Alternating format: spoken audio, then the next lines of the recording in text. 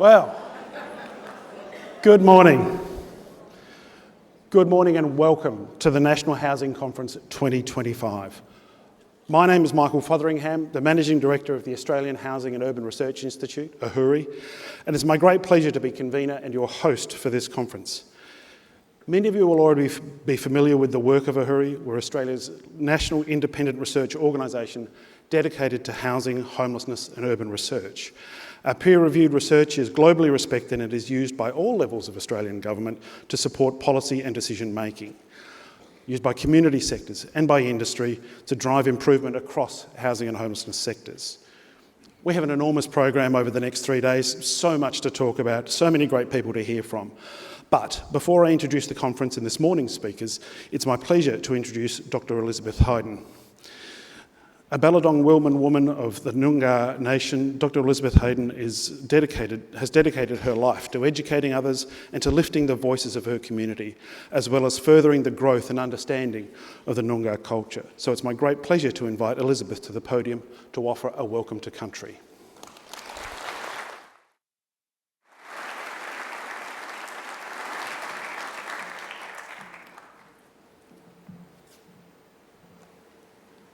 Thank you. Good morning, everyone.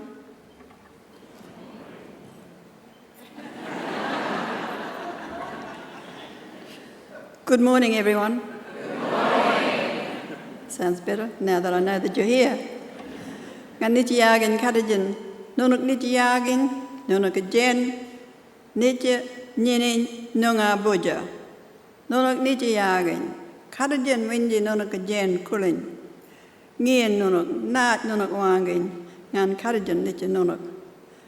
Karajan nunuk nitya wangin, kalak, nunuk wangin, mai, nunuk wangin, winji, naat. Ngan jurup nitya yagin, karajan wangin nunuk, ngan nitya nunga Yo, nitya Ballagong, nitya Noongar Buja. I'm a Ballagong woman from the Noongar Nation of this state of WA. I welcome you to Noongar country. I welcome you that consider where your feet are walking. You're walking on Noongar country. When you walk on Noongar country, walk with dignity, but also walk with respect. A lot of people in this country have no respect for this country. In fact, they disrespect the country the same as they disrespect the people. But I tell you what, country pays back. Country pays back. You respect her and you love her, and she will give you the rewards that you need. I welcomed you before because you're talking today about Kalak. We say Kalak home. When we want to go home, we say Kalak kur. That means we're going home.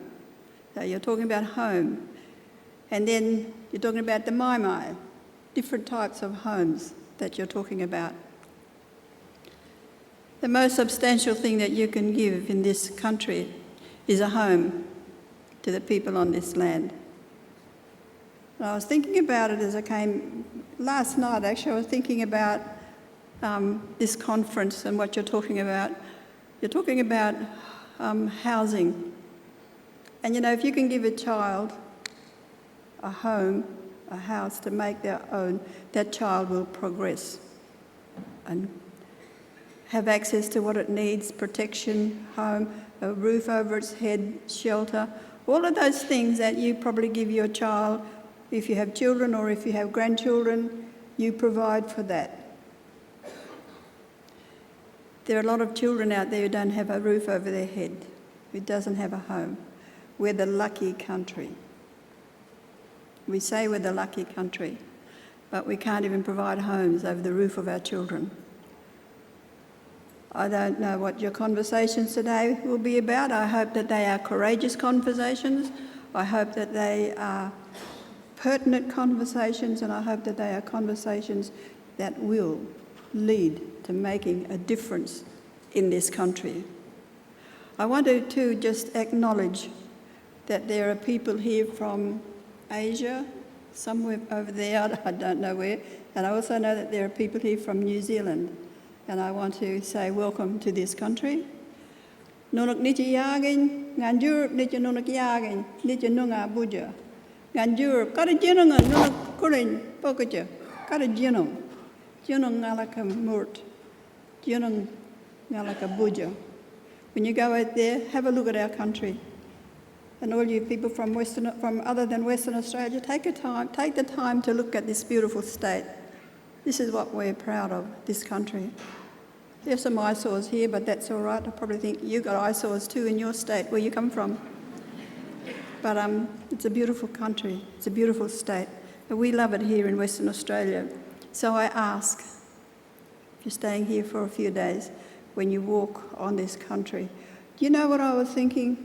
I kind of take off on the tangent sometimes, but I was just thinking, and there's people over here who can't see me, but I want to just say that lift your foot up. Have a look at your foot.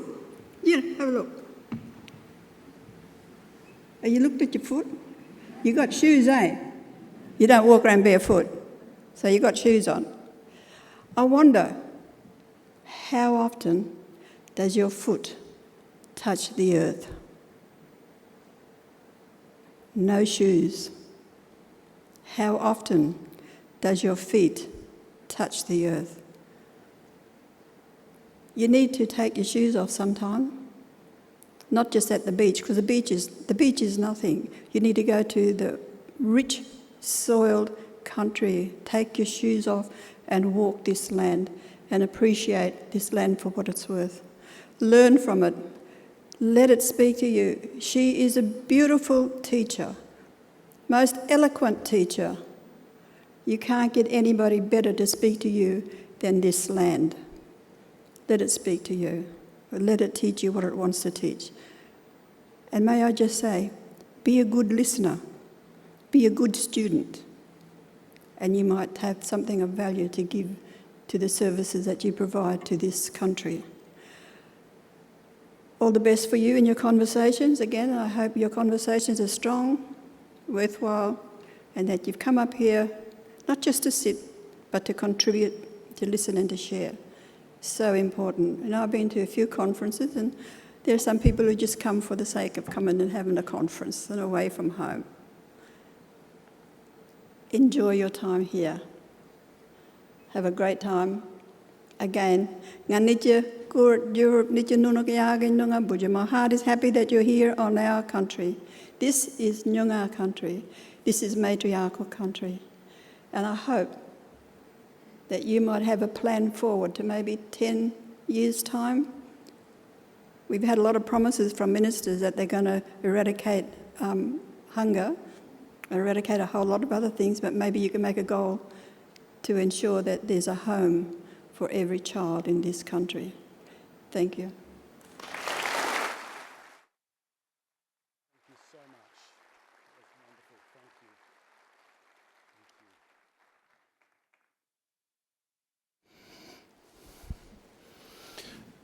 Thank you. Thank you very much, Elizabeth. I also want to acknowledge the Whadjuk Nyunga people as the traditional custodians of the lands and waterways where the Perth Convention and Exhibition Centre is located, and the many Aboriginal and Torres Strait Islander people speaking and participating in the conference. I offer my respects to elders past and present and acknowledge Aboriginal and Torres Strait Islander people's connections to land, sea and community, and respect their cultural, spiritual and educational practices. I'd also like to extend a particularly warm welcome to all those people who've lived experience of housing vulnerability and are here participating in this year's conference. Your voices are important in shaping housing outcomes for the future. We're grateful to Mission Australia for being our supported delegate partner again this year, providing bursaries to enable 13 people with lived experience to attend this year's NHC. We're also pleased to have many lived experience speakers throughout the conference program. And thank you all for making the time to be here for the 14th National Housing Conference. It's time to deliver. Ahuri convenes the National Housing Conference every 2 years to help frame the national conversation in housing policy and practice. Housing policy has become a point of daily discussion in the media. It features at the top of the list of priorities for every government in Australia and in opinion polls across the country. Australia is grappling with a range of different housing system challenges, many of which have been building for decades. We need to move beyond simplistic short-term patches, magic wand and silver bullets thinking. We can't solve our housing challenges through a single program or just one measure. What we need are longer-term, multifaceted strategies to address the complexity of our housing challenges and see improvements to housing outcomes for Australians. At this year's 14th National Housing Conference, we come together as representatives from across the housing sector, crucially bridging the diverse perspectives to these complex challenges. I'm sure you've all had a chance to study the conference program closely. This week, across more than 30 official conference sessions, around 150 speakers will tackle a whole range of issues. We'll explore how to deliver for First Nations housing. We'll discuss the national housing policy context. We'll talk about supply, bringing a range of perspectives to the most dominant theme in public discussion, the need for more supply. Is that enough to solve our challenges? We'll examine the other housing crisis, housing quality, design and performance. We'll focus on social housing and consider its future role and hear perspectives of leading thinkers on the role of social housing a generation from now. And we'll draw together these lessons and conversations from across the conference to consider what's next as we deliver better housing outcomes in Australia. And that's just within the plenary sessions. Beyond that, you have a wealth of choices to make as you consider which major, concurrent and think tank sessions you want to attend. With so much content, you'll want to plan your conference journeys carefully. And that's why we have the NHC conference portal. Use the portal to curate your own program by saving the sessions you want to attend. If you haven't accessed it already, you'll need to use the personal login details that were emailed to you yesterday, or if you have any trouble, please see the Ahuri staff in the navy t-shirts or the volunteers in the red. Or you can pop over to the information desk in the main foyer and ask for some help. We will be making presentation decks for all of our sessions available and video presentations available for the majority. We've marked in the portal and the Pocket program which ones are video recorded, so you'll be able to plan that accordingly and catch up on the sessions you don't see live. It's taken the support of around 60 organisations and many, many individuals to bring the National Housing Conference together again this year, and I want to just take one moment to acknowledge a few in particular, mainly our major partners. I want to express my appreciation for the support of the Government of Western Australia, and in fact thank all state and territory governments for the continuing partnership and support of this ongoing national conversation.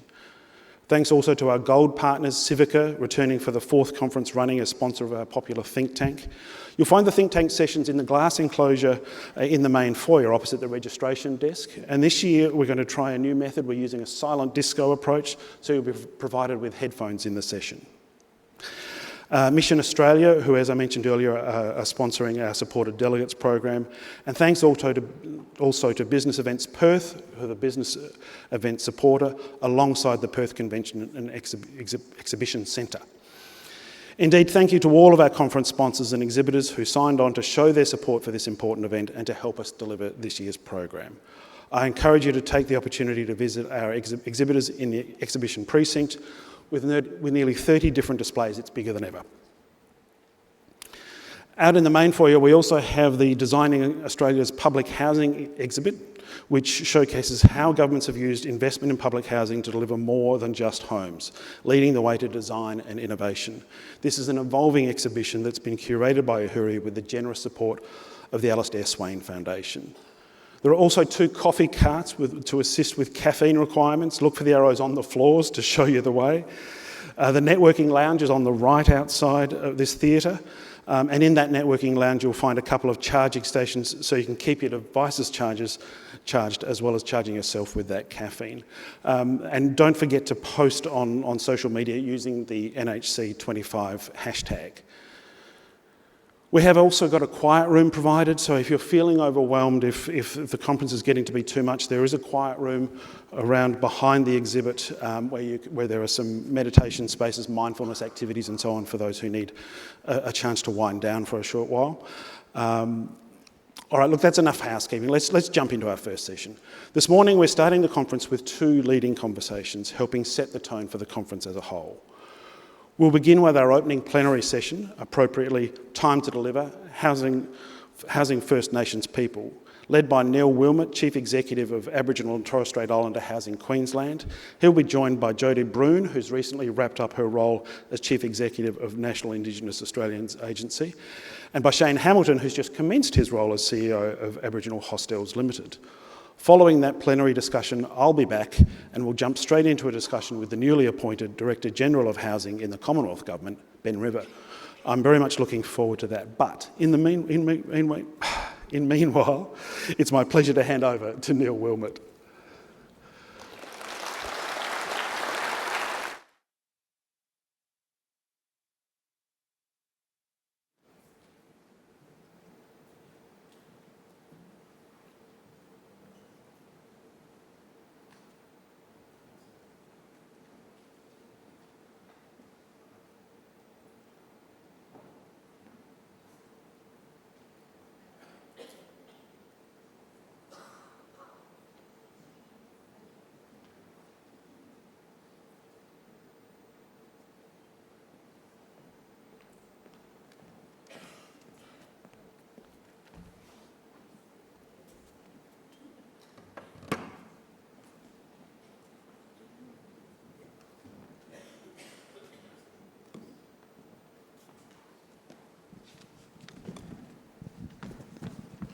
All right, can everyone hear me okay? Good. Well, first of all, good morning, and I'd also like to follow on from Aunty Elizabeth and acknowledge the Noongar people for allowing us to be on their country to hold this conference, and to pay my respects to any other Aboriginal and Torres Strait Islander people who are in the room. My name is Neil Willmett. Michael had introduced me as the CEO of Aboriginal and Torres Strait Islander Housing Queensland, which is... Time up. Which is a peak body in Queensland, but I'd also like to say who I am Aboriginal, from an Aboriginal point of view. I'm an Aboriginal man from far north Queensland, from the One-Year people, which is in the Gulf of Carpentaria, which is over the border of the Northern Territory people may be familiar with, and also the rainforest people of far north Queensland. And it's with much respect that I stand here in front of you to talk about some of those issues that are really important to us around Aboriginal and Torres Strait Islander housing. Today it's going to be a conversation. I'm going to hand over shortly and introduce you to two really wonderful national speakers who are going to talk about some of the issues and some of the things that they've seen in their working life. And it's not all doom and gloom. There has been progress over a period of time, but let's hear from them what they've got to say around Aboriginal and Torres Strait Islander housing. The framing of this conversation is really around some of a brief step back into the historical aspects that have an impact on today, but really around the solutions and how we can move forward as a nation to improve housing outcomes for Aboriginal and Torres Strait Islander people. So without talking too much more, I might just introduce our first two speakers that we've got. And I'll start with you, Jody. Could you just introduce yourself and tell us a little bit about you? Is that on? Yeah, there you go. Wandua, everyone. So I'm Jody Broun. As was mentioned, I recently finished up as CEO of the National Indigenous Australians Agency. I'm an Injibandi from the northwest of WA. I actually grew up in WA, spent most of my early career in WA. And I've just come back. I just spent a week up with Mum up in Roban, who's people who know WA know Roban. In fact, it has, I suppose, some national recognition as well as a place of the death of John Pat. And so it was one of those places that's historical, but my mum lives there, a lot of Injibandi live there. And although that's none of my country. But I do want to acknowledge and thank Dr. Elizabeth Hayden for her welcome, which I thought was really wonderful, and also acknowledge the Whadjuk Noongar people. Always really nice to be on this country, and particularly on the banks of the Derbarl Yurrigan. And I also just want to acknowledge there's a lot of people in here that I have worked with in the past as colleagues, so great to see you all and catch up with you over the next couple of days. So as I said, just finished up as CEO of National Indigenous Australians Agency, and that was obviously very broad, although we were doing a lot of work in the housing space, including the $4 billion partnership agreement in the NT for remote housing. So lots of housings. But before that, I've spent a fair bit of time in housing, both in WA and New South Wales. So on Shane's coattails into AHO in New South Wales, did a few years there, did a few years in Red Cross, actually working in New South Wales and ACT, and obviously homelessness and working with vulnerable people was a big part of the role there, and was involved with a homelessness project around called the Constellation Project. I'm not sure. There's probably some other people involved in that as well. But, ending homelessness in this country is just such a huge priority. So, and prior to that, I was Director General of Aboriginal Affairs in New South Wales, and also prior to that, running Aboriginal housing in WA as well, and helped establish, working with the ATSIC Regional Council in this region, the Noongar Maya as an Aboriginal housing organisation, and that goes back to probably the late 90s, I think. So a lot of experience in housing over those decades. It's probably too many decades, but really interested in the way we construct housing, how we meet these needs, but also what we need to do differently to actually meet those expectations. How do we have that flexibility? How do we build that sector across Australia? And I have to say, we've done pretty badly over decades. I do see changes. I think one of the things I've seen recently, I went up to Roban, as I said, the last week or so, and Injibundy have built transitional housing where they make the decisions who's in that housing. So there's some great innovations happening. There's some great progress happening, but we've still got a long way to go. But really great to be here. Thank you. Great. Thanks, Jody. And Shane, tell us a little bit about yourself. Yeah, thanks. Good to be back on Noongar Budja. I spent a lot of time here, and I just want to acknowledge the traditional owners and pay my respects to elders, both past and present. I'm a Waka Waka Bunjalung man, come from Queensland. My family are from Cherbourg region, and in that Waka Waka region, and Bunjalung in the Tweed in the northern New South Wales. I've just this week 3 of my new role as CEO of the Aboriginal Hostels Limited. I've just come and spent 3 and a bit years at Aboriginal Affairs in the New South Wales Government and the Premier's Department, and yeah, it's great to be back, I guess, in housing, not kind of directly in my previous roles. As Jody, I think it feels like we've kind of saddled our careers have run alongside each other. Similar to Jody, I spent a bit of time in Western Australia, and I was working in Aboriginal housing here, and I moved into 2009 across to Community Housing Limited in the not-for-profit sector as a state manager here, and helped set up CHL operation here in Western Australia. Been involved a lot in remote housing as well in my time in Western Australia, and then in 2014 took up the role as the CEO of the Aboriginal Housing Office in New South Wales, and did that for 4 and a bit years, a few years out consulting, and then back into the Aboriginal space in Aboriginal Affairs. So nice to be, as I said, nice to be back in here, but it feels a bit like deja vu in terms of some things have progressed, but many things haven't really progressed. It feels that way. I've still been involved in housing in the periphery, obviously through Closing the Gap, and I sit on a board, so I'm still heavily involved in housing. So yeah. Okay. That's wonderful, thank you. So 2 wonderful individuals with a really big depth in public policy as well as experience across housing.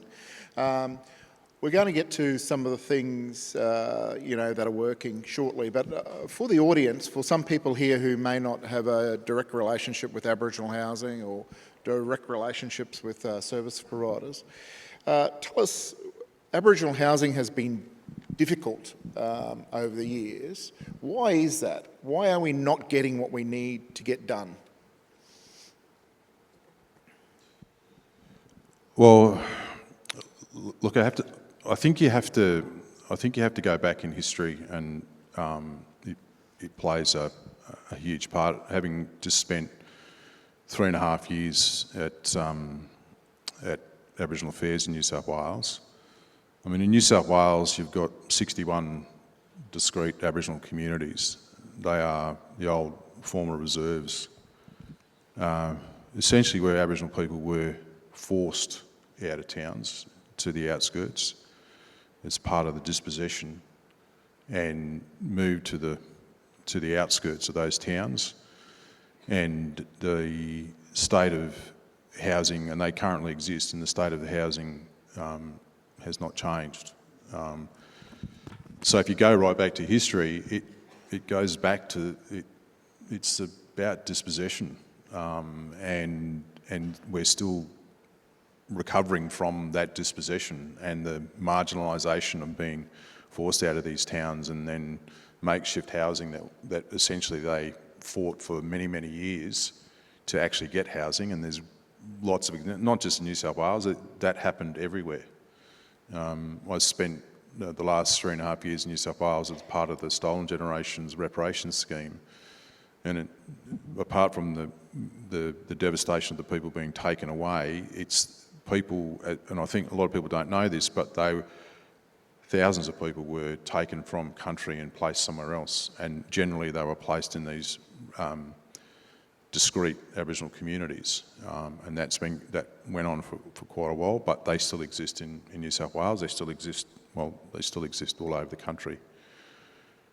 So that marginalisation that pushed the outskirts, and many of our people fought hard for their rights to be able to have those, to get access to housing. I know it impacted on the history of my family in places like Cherbourg, where they were taken and placed in Cherbourg, and then again moved out and on the margins in towns like Kingaroy, and then in makeshift housing and trying to find housing. And I know my grandmother was impacted by that because she never actually ever got access to housing. And so I think that plays, you have to understand that historical nature of that, and then through the 70s and probably through the Whitlam area, where Aboriginal people actually finally got, and we saw these, the development of Aboriginal community housing organisations right across the country, and finally getting access to some funding and housing was built in some of these locations. But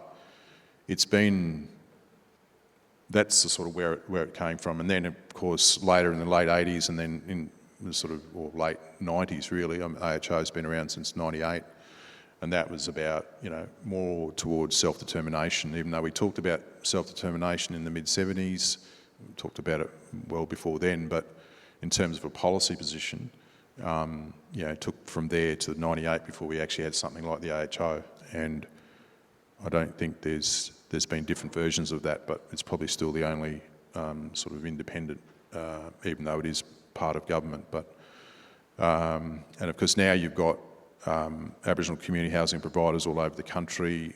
That's starting to change, but I still think there needs to be.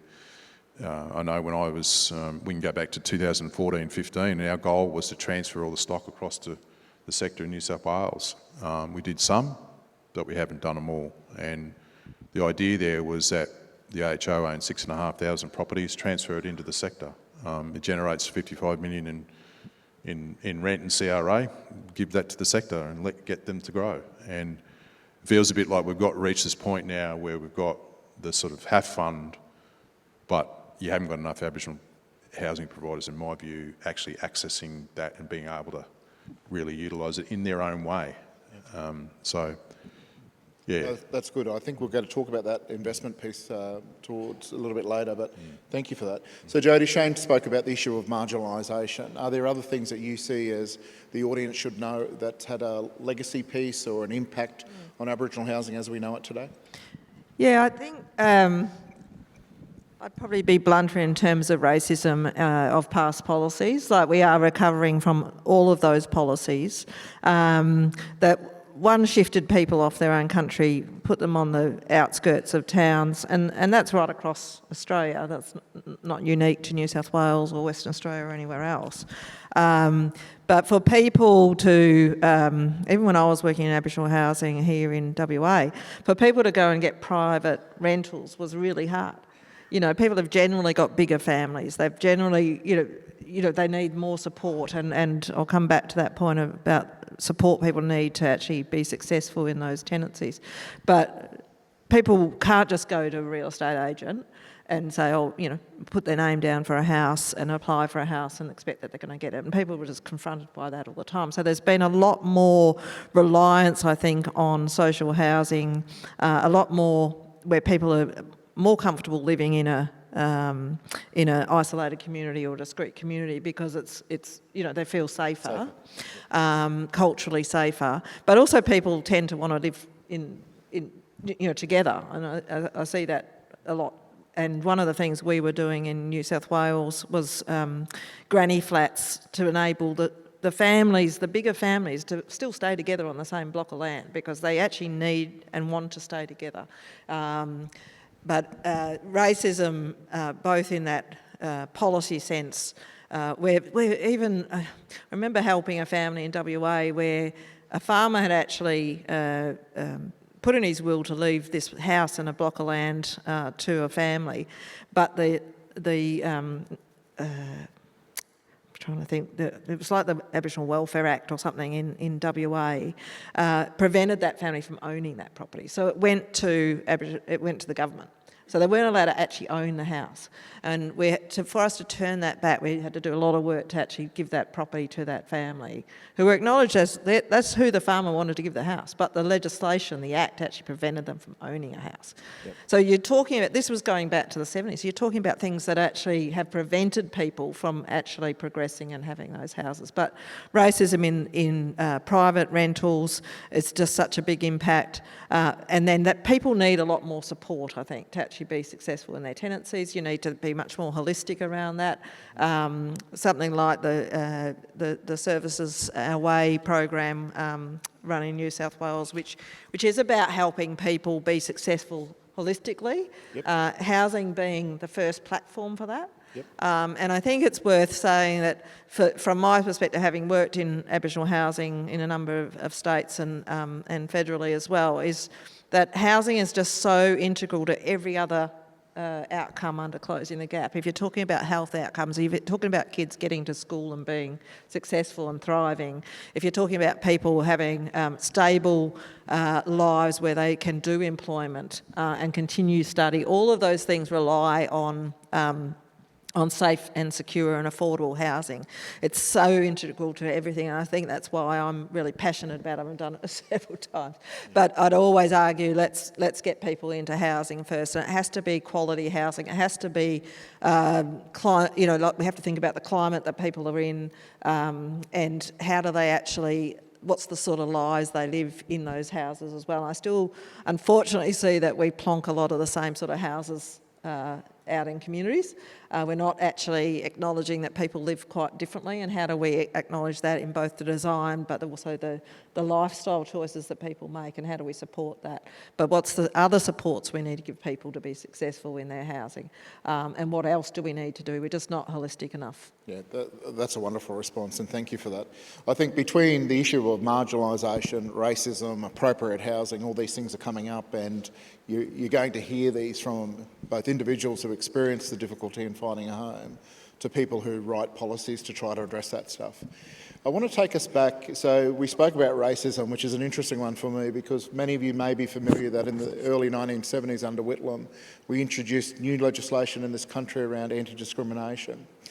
So we've had that legislation in place in the Commonwealth level, and states and territories have it too, for over 50 years, yet people are still experiencing racism in the market. And we're not just talking about Aboriginal people, we're talking about other minority groups too. So maybe that policy is not working to the full extent.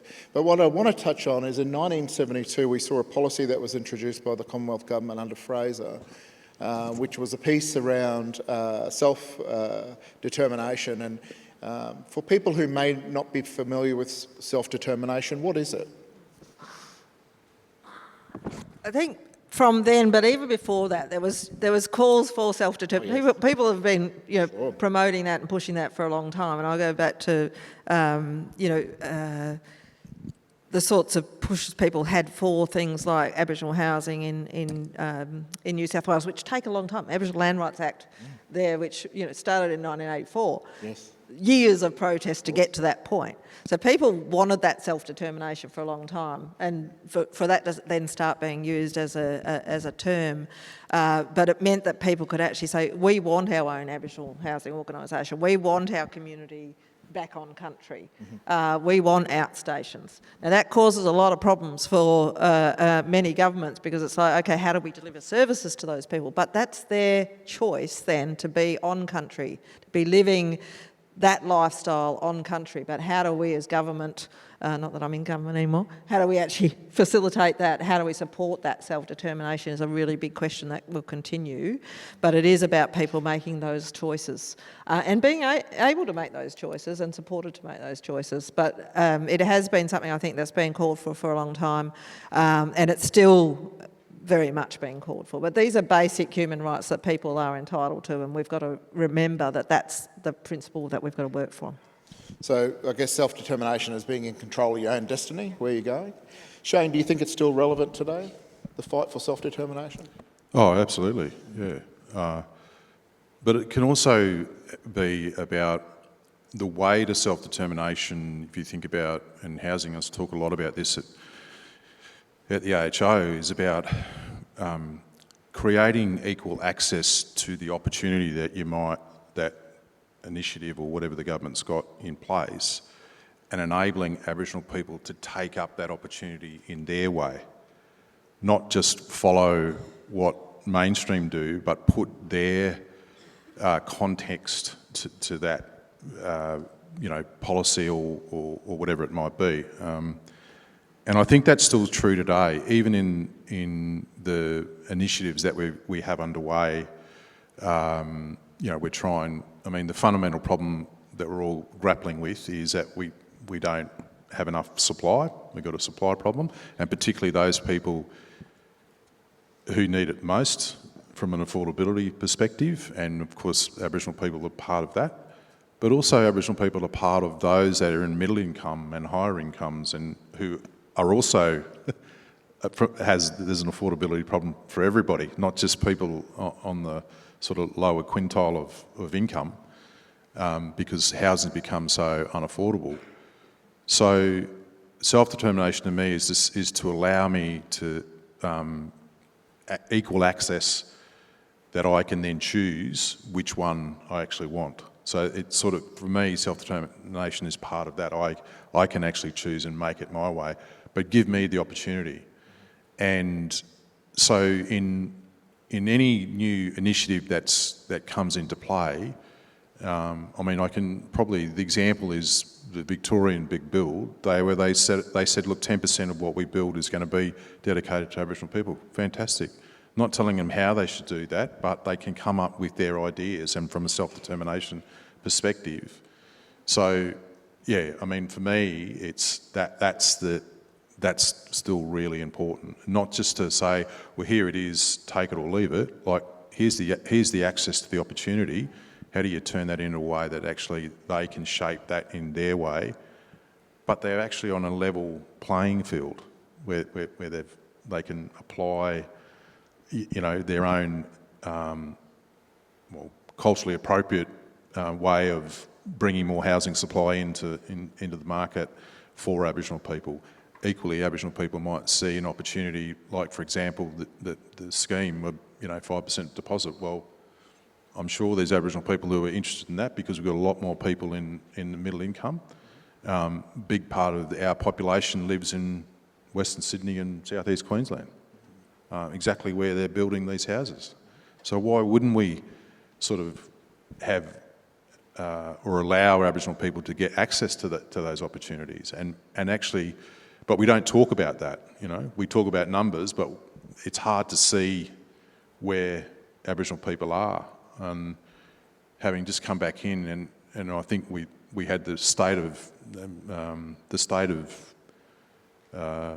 national housing the state of housing in Australia, yet we didn't talk about Aboriginal people, apart from the acknowledgement of country on the front of the report.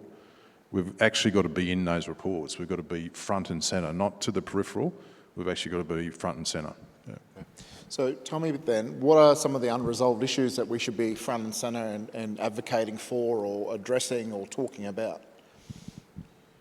Well, we advocated for a long time that, if you go back in the 70s and 80s and you're talking about that, I mean, mainstream housing, you've seen community housing providers that we've got now with 10 and 12,000 houses through transfers that have happened in state governments across to those organisations, and they've been able to then get more sophisticated and leverage those assets and borrow money from banks and build more houses. I don't know that there's that many Aboriginal community housing providers that are doing that. Again, we pushed heavily for that, through 2014-15 financial year, really set a goal of transferring the stock across. The role of the AHO changes, but you build the sector up and the sector actually able to deliver more. And again, you offer people an opportunity, a choice in that. But we need, if you need more, we need more Aboriginal housing done by Aboriginal housing providers. And that's self-determination.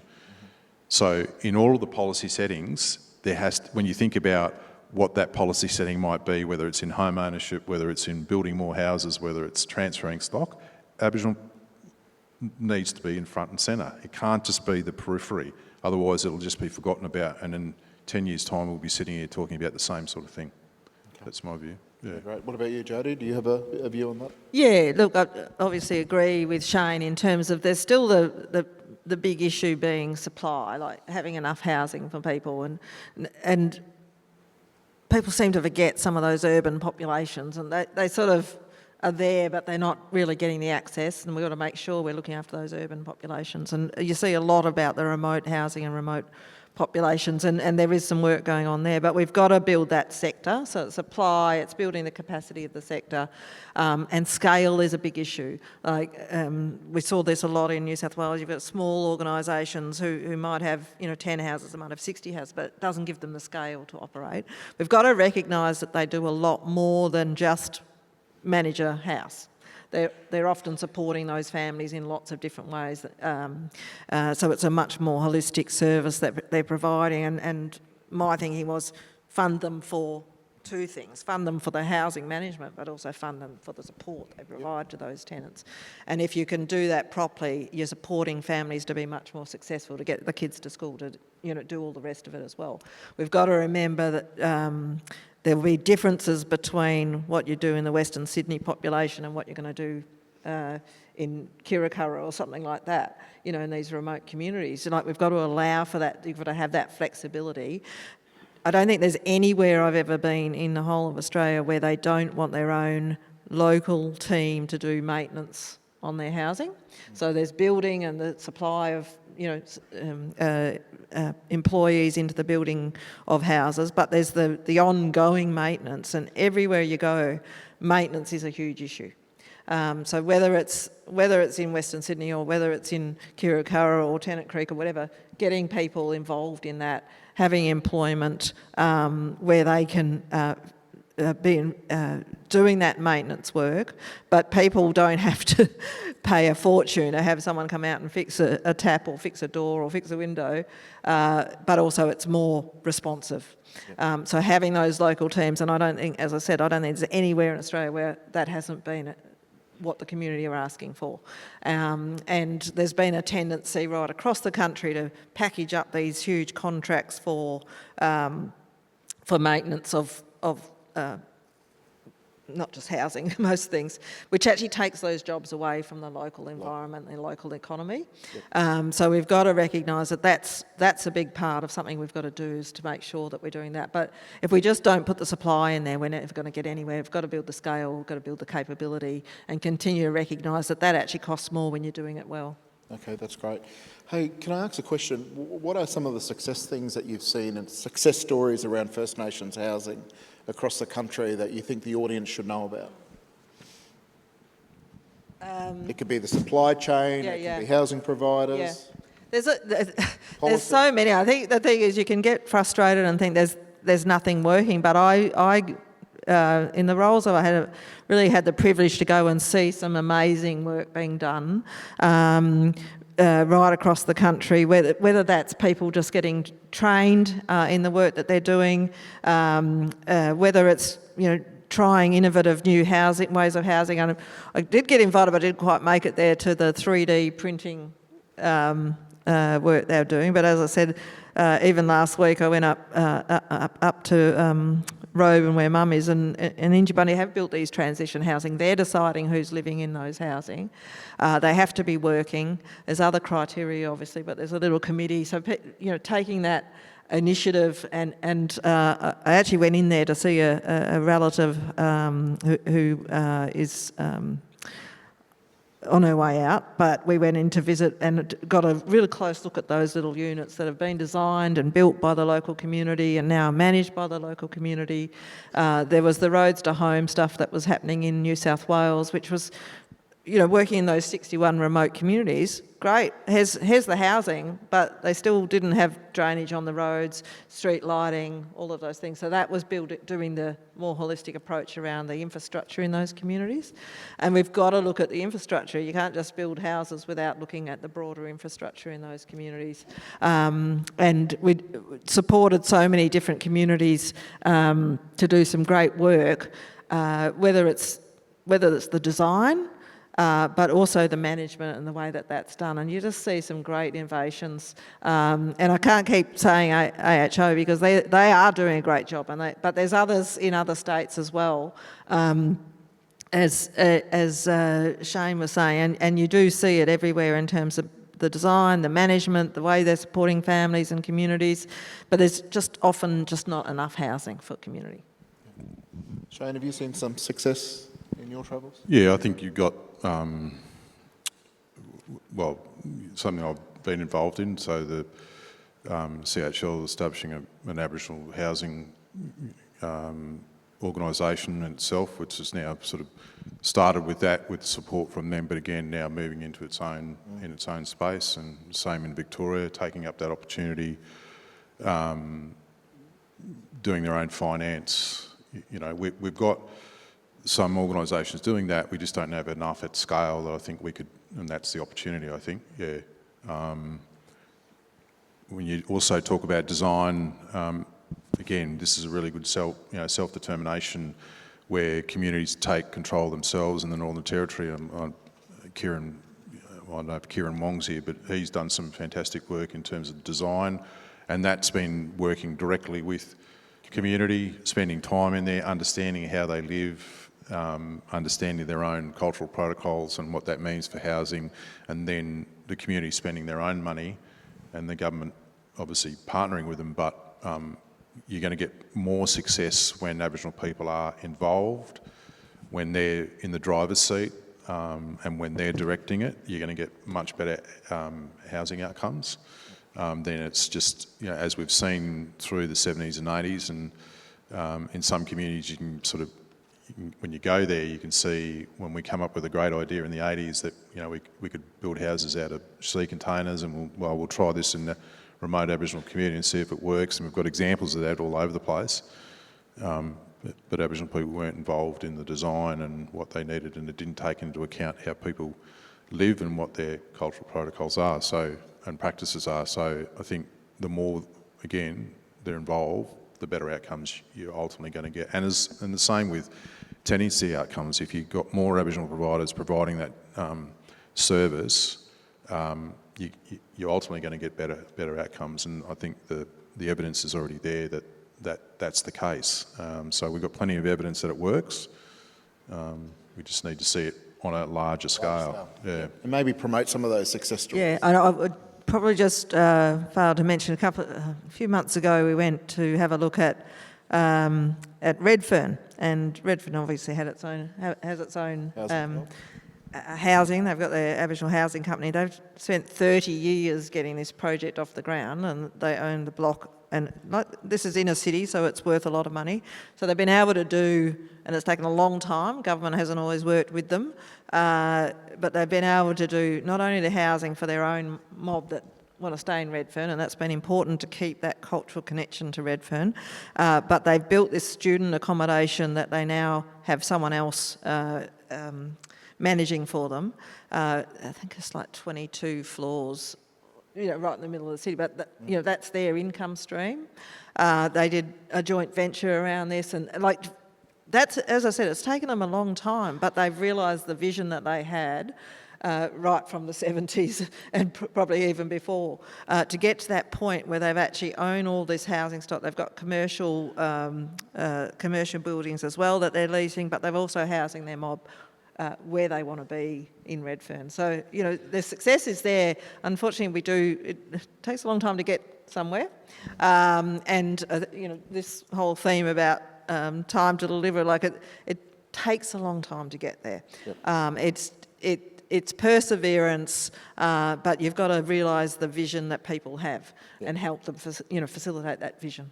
Yeah, okay, that's a really good point. That's got to lead into my next question. So both of you have spoken about this issue of supply, and we know that it's on the agenda at the moment, both nationally, and every state and territory is talking about supply. What role can Aboriginal and Torres Strait Islander people or organisations or communities play in accelerating housing supply in this country?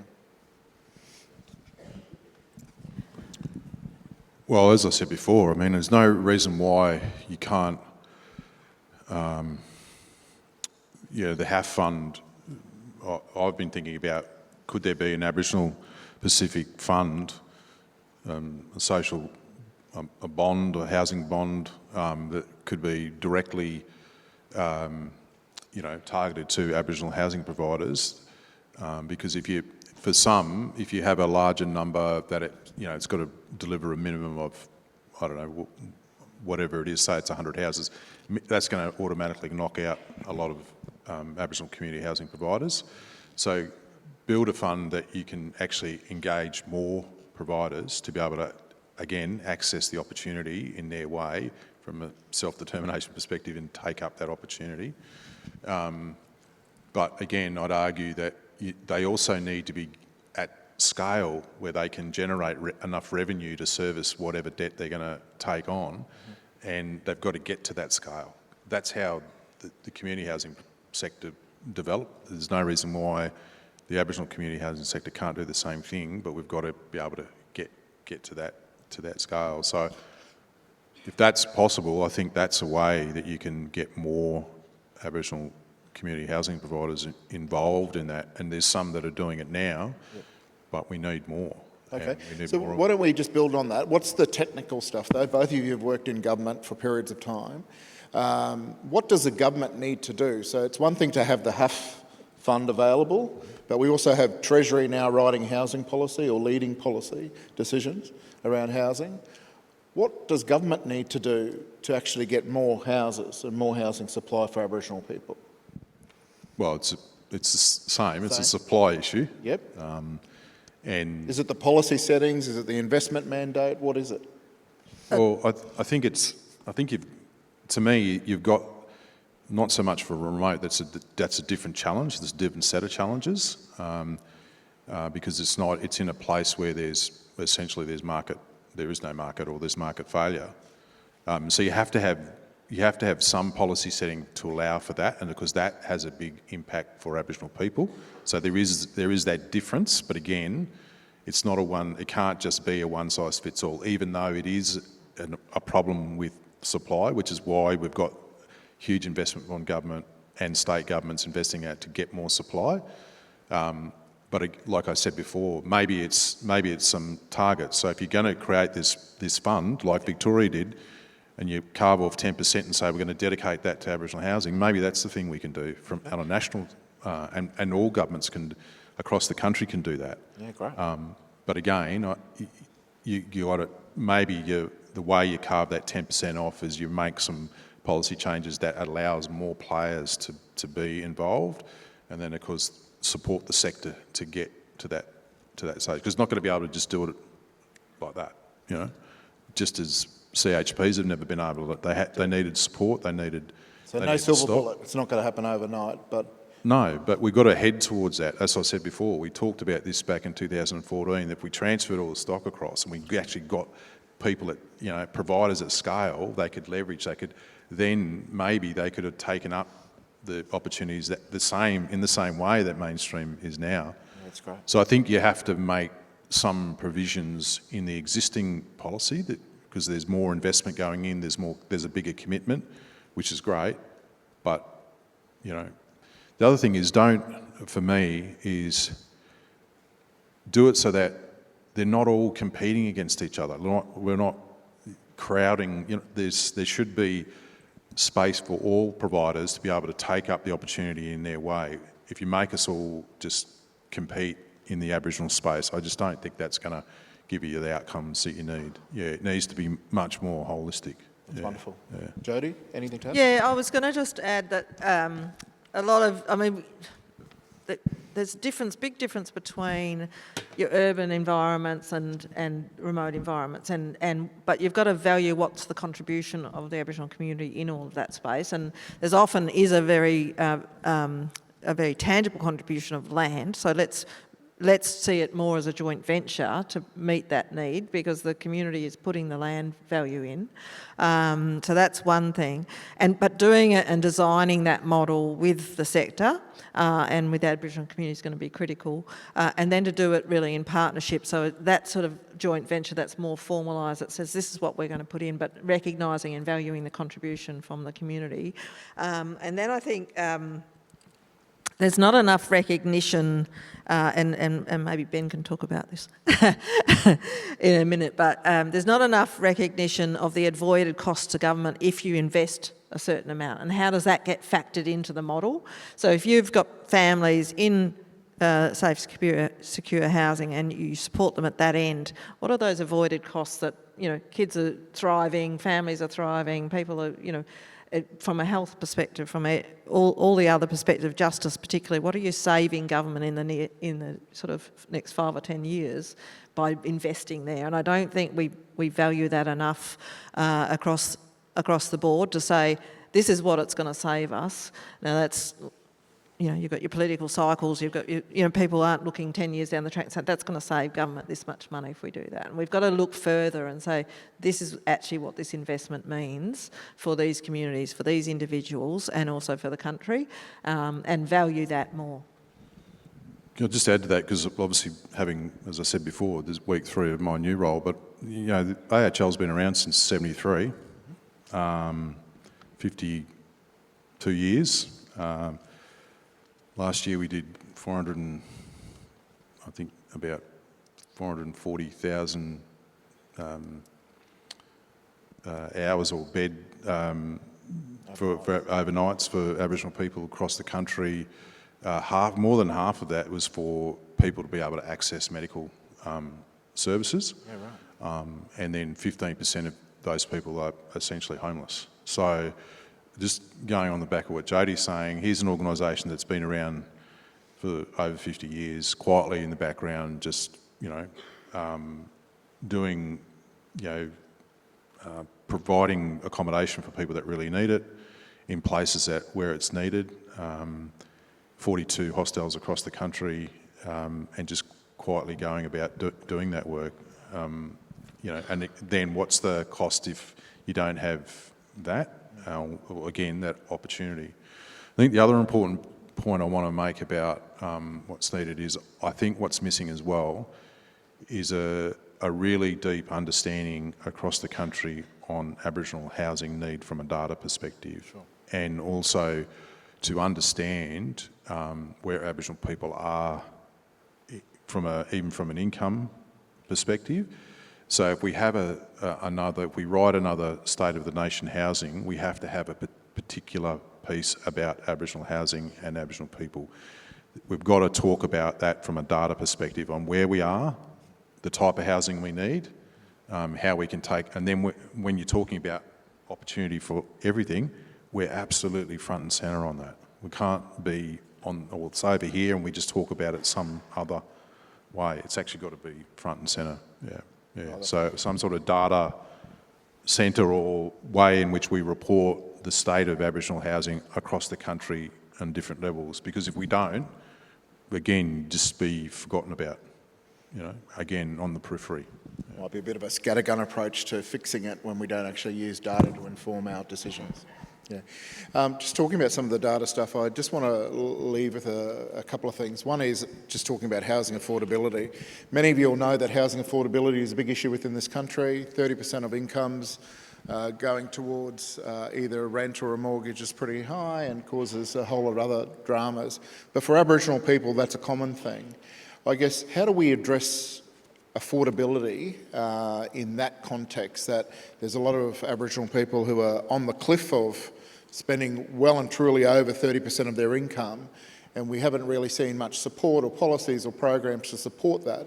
What could we do to improve affordability for people? If we're not going to see rental prices coming down in this country, what else can we do to address this issue, which is potentially a big cliff coming up that's going to cause major heartache across the country? I mean, clearly rent assistance is a big part of that, and it's not just, like whether people are working or on some type of benefits, the affordability is an issue right across the board.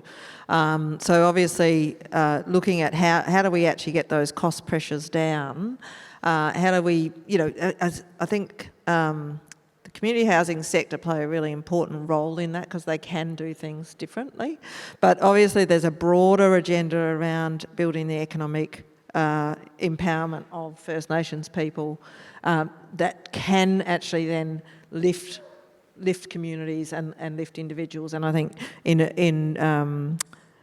the urban settings, that competition for private rental and the rents keep going up, and like as Shane was saying, there's a competition just to get into a house, even whether it's community housing, social housing. You're on a wait list.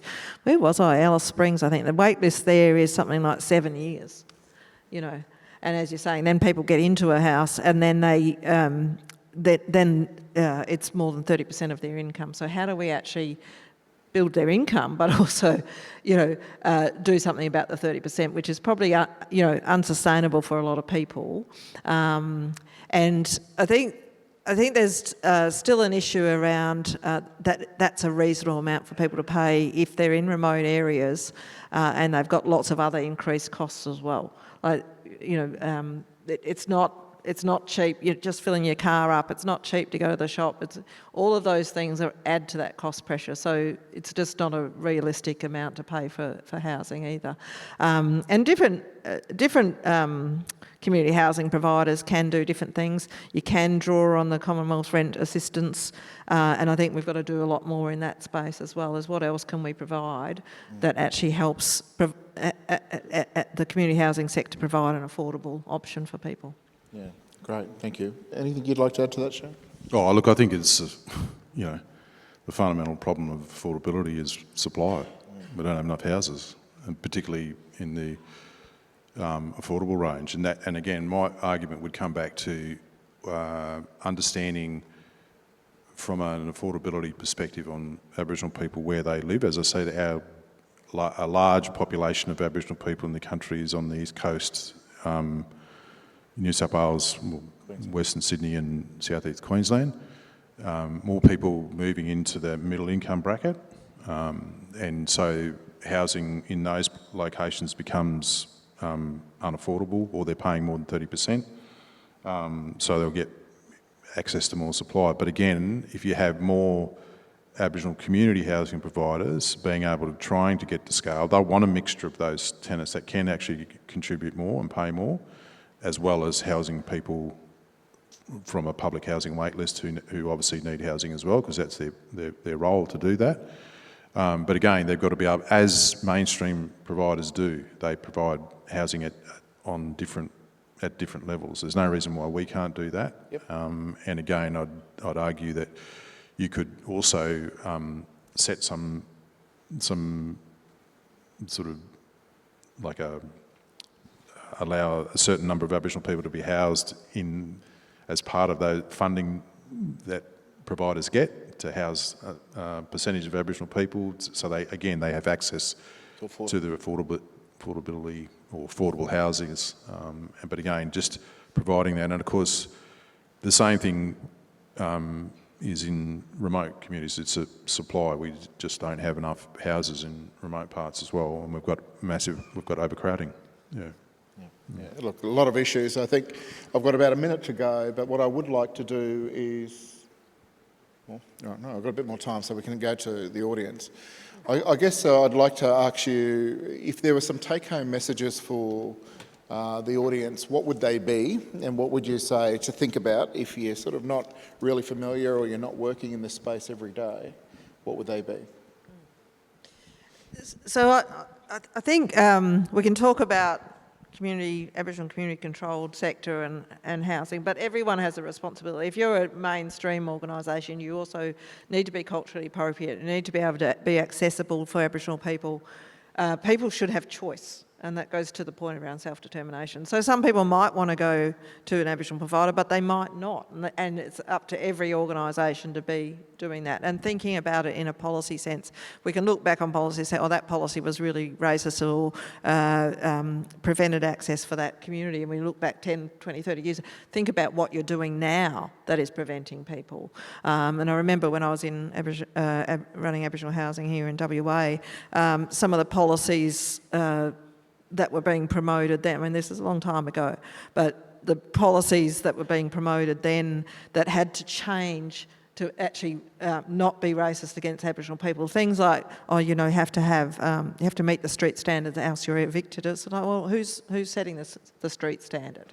And how does that impact Aboriginal people living in those social housing? But also acknowledging that all families struggled with heating in the houses. If you're in WA and living in Katanning or something like that, and they were making everyone jump through all these hoops to prove that their kids were sick before they put heating in the housing. Well, people shouldn't have to jump through hoops to get heating in the housing. So all of those things that actually butt up against both cultural practice, things like having people come and be visitors at the home. We've got to make sure our policies aren't looked back on as racist policies. How do we improve that access? How do we improve those outcomes? And every single organisation needs to be looking at that. Every government needs to look at that in terms of how do they actually make sure their policies are culturally appropriate. Who could look at those policies to make sure? Should it be looked through an Indigenous lens, the community? Yeah, look, I think most people and most organisations, you've got national bodies like NATSYAR now who should be looking at these sorts of things and giving advice to government, but there's partnership in every state and territory now with Aboriginal community-controlled sector through Closing the Gap. That's how you should be working through to say, okay, how do we look at our own policies to make sure that they're relevant and that they're not racist in the way that they're being delivered? So what would be some of the things that you'd like the audience to think about after this? Oh, I think probably just consistent with what I've been saying, to be honest. I mean, put us at the front and centre on housing policy, and then we won't get left behind. When you're thinking about what that policy might be, whether it's more supply or whatever it might be, think about what does that mean for Aboriginal people. I think link housing to health, education and employment. And when you've got, we experienced this at the AHO where people would be in public housing and not take that role because they would exceed the income limits, therefore they'd pay more rent. So again, provide them with an opportunity, but keep them in that housing. Yes, they'll pay a little bit more rent, but it means it's affordable. So again, link it to employment, keep the job, you're in an affordable housing option. And, in terms of design, I mean, just make it universal, some of this stuff, so that's not a problem. We did this in New South Wales. Every house, the design of that changed to solar. Every new house had solar, air conditioning, so it just becomes standard. It's not whether it's public housing, it's just a standard housing. That's what we supply, what every other house has got, and then it takes that whole issue away for Aboriginal housing. It just becomes a standard part of the design. We had a national design guidelines many years ago. I don't think we've revisited that. I reckon it's probably time to revisit that and maybe talk about a design code for Aboriginal housing. So, again, my example of Kieran's work it was appropriate for that location and for those people, and working again from a self-determination, them designing their own housing. The more you involve Aboriginal people in it, in design, in delivery, in management, you are going to get greater outcomes. There's no doubt about that. Ahuri's done lots and lots of studies in that, and I've been part of some of them, and every time it proves that there are better outcomes when they say, let's do more. Yeah. Jody? If I can not have the last word, but Dr. Elizabeth Hayden, in her welcome, sort of closed off with saying that there should be a home for every child in this country, and you've got to take that as what is our objective, and how do we actually facilitate that? What does that look like? And I think the point is, for me, it's not just about housing; it's about homes, and people see these. They see it as their home. So how do you enable people to actually, have a home, not just a house, and we've got to actually think about it in a broader sense of how people live their lives. Yeah, that's wonderful. That's really powerful words. I just want to hand it over to the audience now for the last couple of minutes. If there's anyone that may have questions to our two panellists, we do have a roving mic. There's a question over here.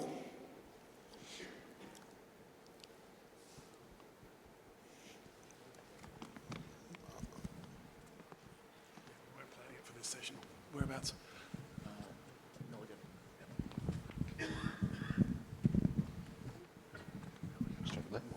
Yep.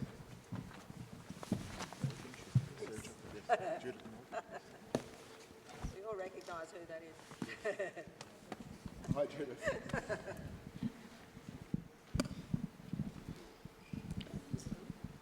It's a very friendly question. I'm Vivienne Milligan. I'm here as a guest of the Australasian Housing Institute, but I'm also a retiring Ahuri researcher, and we've been working in this space, and I'd like to congratulate the panel on an excellent discussion. I'm sort of relieved and pleased that much of what our research is finding sort of echoes what you're saying.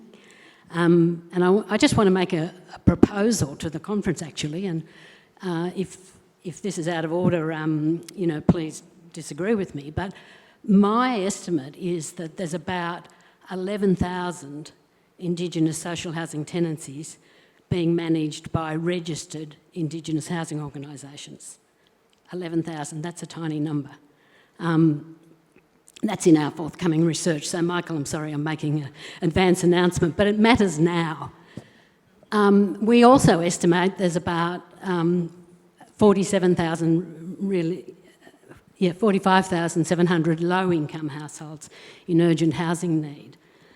Years ago in New South Wales, when we wanted community housing to grow, we set a target. We said, let's go from 13 to 30. So my proposal today is that we make a plan to go from 11,000 tenancies managed in the registered sector to 50,000 tenancies managed in the registered sector, and work out how to do it from there.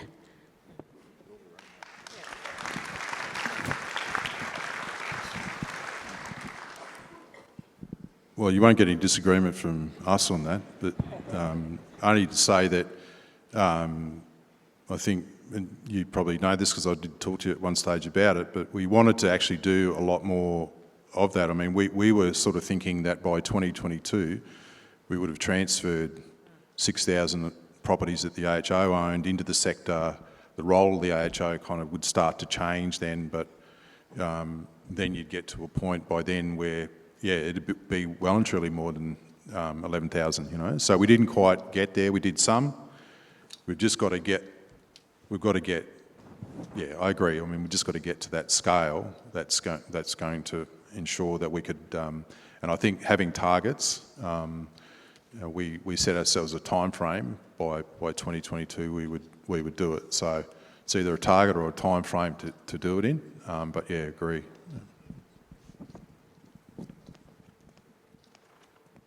Thank you, Shane, and thanks, Judith. Is there another question? Looking. Oh, there's a question down here. Thank you. Panel, thanks so much for that address and really great discussion. Given, particularly I'm looking at you, Jody, given your exit now from the public service and all the many, many roles that you've played, and also Shane, at your role at Aboriginal Hostels now, I'm just wondering if you could pitch a big idea to government politically about how they could go about investing in Aboriginal housing, whether that be the creation of a sovereign wealth fund or something that is going to address dispossession, stolen generations, marginalisation, racism, that housing is the centre of Aboriginal people's lives and the bedrock of so many great opportunities that might build them stronger families, stronger communities, in deference to AHO's strategic plan, which is still in place. What would some of those big ideas be? Really radical. Lisa from New South Wales. Lisa. Yes. Yeah, look, I still think it's about, I mean, it's great to have a future fund, but can there be one that is just for meeting those needs into the future? And how would we do that? And how would you control it? What's the governance around it? I think would be really critical. But we've got to be careful in all of that. How do you actually empower self-determination at local levels as well? So any model's got to make sure that it's not just a one-size-fits-all. And we can be just as bad at doing that as anyone else, is to say we've got to enable any model to make sure it respects the difference that will be in Mount Druitt as opposed to, Roban or anything like that. We've got to make sure that everything is a little bit different and enables that difference. To Shane's point, I think we do build these very competitive models, and then you've got to ring people and say, oh, you can't.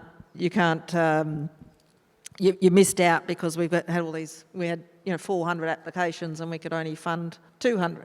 So that competitiveness, I think, we've got to take out of the system a bit. One of the things we did in AHO was we had a certain amount of money, and again, it was competitive, but it was asking the community, what do you want to fix? What do you, so it's co-design right from the outset at a community level. What do you want to fix in your community that we could contribute to, and what's the project look like? So it's not us determining even what the project is or even what the parameters are. It's got to be much more community-led. There has to be that bigger bucket. It has to be targeted to Aboriginal and First Nations communities. They shouldn't have to be competing alongside the broader community, because it just doesn't get us where we need to be. I was going to say treaty might get us there. Be interested to see what happens in Victoria, but I know other states have started and stopped, and New South Wales is undergoing consultations at the moment about treaty. And I know just before I left, there were a couple of the sort of two consultations that they'd started just before I finished, and yeah, housing comes up all the time, but not so much bold. I think, for me, and again, it probably goes to the sort of self-determination part of it, but you've got to have local decision-making. So regional housing, I don't know, call them bodies or whatever it might be, but the voice of community has to come through in an involvement in design, delivery of housing. We've got to get that down at that sort of community grassroots level, that there is a voice in there, and that voice is listened to, and the housing outcomes that derive from that will deliver much better outcomes, and particularly if Aboriginal people are in control of that. That has to be, we've probably been talking about it. It's not that it's bold. Just make it happen. and then we'll see much better outcomes. But again, different states, New South Wales, local decision making, the work in closing the gap, local decision making, in my view, is absolutely fundamental. Yeah.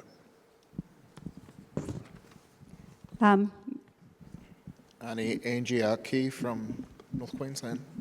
Yeah, I just want to thank the panellists, for your contribution, because I think it's very good to have our people sitting up the front and raising the issues around Aboriginal housing nationally. But I come from Queensland, and I just want to say that it's very sad that there's only a minority of Aboriginal and Torres Strait Islander people sitting in this forum, because we have the biggest problem in regards to housing. Yeah, we raised the issue around discrimination, affordable housing, social housing, and we don't have enough of it. I'm calling on the government to start putting dollars into our Aboriginal housing nationally, but I'm only speaking for Queensland. In Queensland, we have diverse people from the Torres Strait down south, out west, but we don't have enough housing. And as for Shane, I just want to thank you, because I think we need more hostels as well nationally. But when we have diversity coming in from our health, we talk about health. We don't even have enough accommodation when our people are coming down from the remote areas or regional areas to accommodate them. We have disability services that we can't even afford to put them in housing. So, somebody has to be accountable. And I've got to say this, in terms of ATSEC, that was the best model of all, where we were controlling our funding, we were distributing our funding into Aboriginal and Torres Strait Islander affairs, whether it be housing, health, education, homelessness, everything. But now we're so reliant that we're begging. And I think we've got to stop the begging and put the money where it's needed for Aboriginal and Torres Strait Islander people in housing.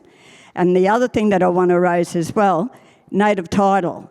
Native title, our people are getting their land back, but they got no infrastructure. And when I go around and talk to people, and what are the elders, and what are they saying? We need more houses in our communities. So that's another issue that no one's addressing as well. So I just wanted to say those few things. Thank you.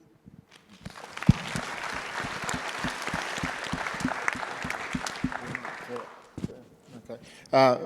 Another round of applause for our panel. Thank you. Well done. Well done.